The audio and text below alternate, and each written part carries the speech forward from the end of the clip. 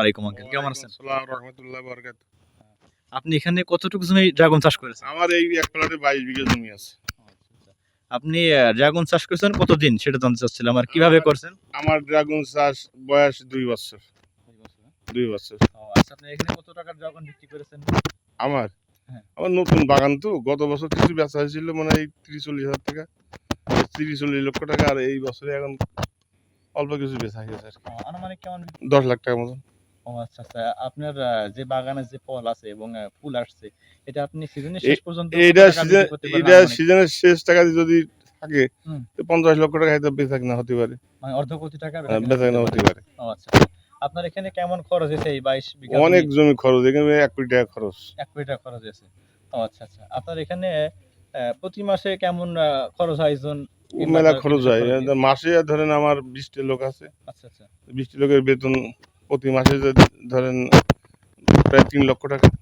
ও আচ্ছা, ভবিষ্যতে আপনার ড্রাগন চাষের যে এখন বেশি আগ্রহী মানুষ, এখন ভবিষ্যতে আপনি ড্রাগন চাষে কেমন আছে যে হারভেস্ট করতে পারবেন, কেমন লাভবান হতে এখন পারবেন? যদি বাজার ভালো থাকে, বাজার ব্যবস্থা যদি ভালো থাকে তো আচ্ছা। ইনশাল্লাহ ড্রাগন চাষে লস হবে না, লাভই হবে। ও আচ্ছা আচ্ছা। নতুন নতুন উদ্যোক্তা বিষয়ে আপনি কি বলতে চাচ্ছেন? নতুন যারা ড্রাগন চাষ করছেন? নতুন যারা ড্রাগন চাষ করছে তারা 1 বছরের তো ফসল আসে না, আচ্ছা আচ্ছা 1.5 বছর 2 বছর পর ফসল আসে। আচ্ছা। তো টাকার খরচ দিয়ে যদি আল্লাহ দেয় তো কিছু লাভ হবে, ও আচ্ছা আচ্ছা। লাভ হবে, লস হবে না। নতুন যারা চাষ করছে তাদের লাভ হবে বলে লাভ আশাবাদী? আমি আশাবাদী ও লাভ আচ্ছা হবে আচ্ছা। তাদের।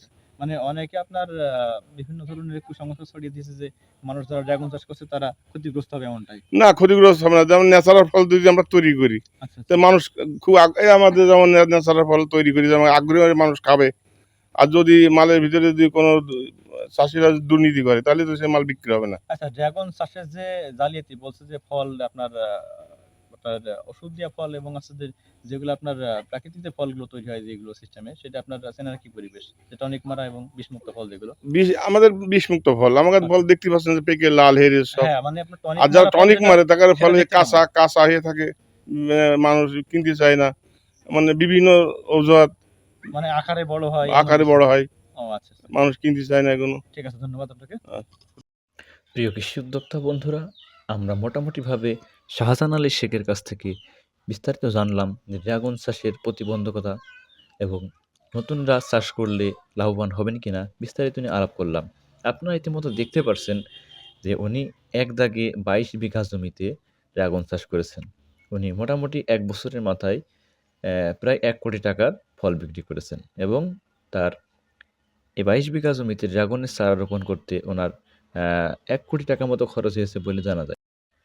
তবে শাহজাহান আলী শেখ উনি আমাদেরকে আরও জানিয়েছেন যে নতুন ধর পাতলে গাছে কিছু ফলন কম আসে। ভবিষ্যতে তিনি আরও ফলের আশাবাদী এবং ড্রাগন চাষে লাভবান হওয়ার চিন্তা করছেন।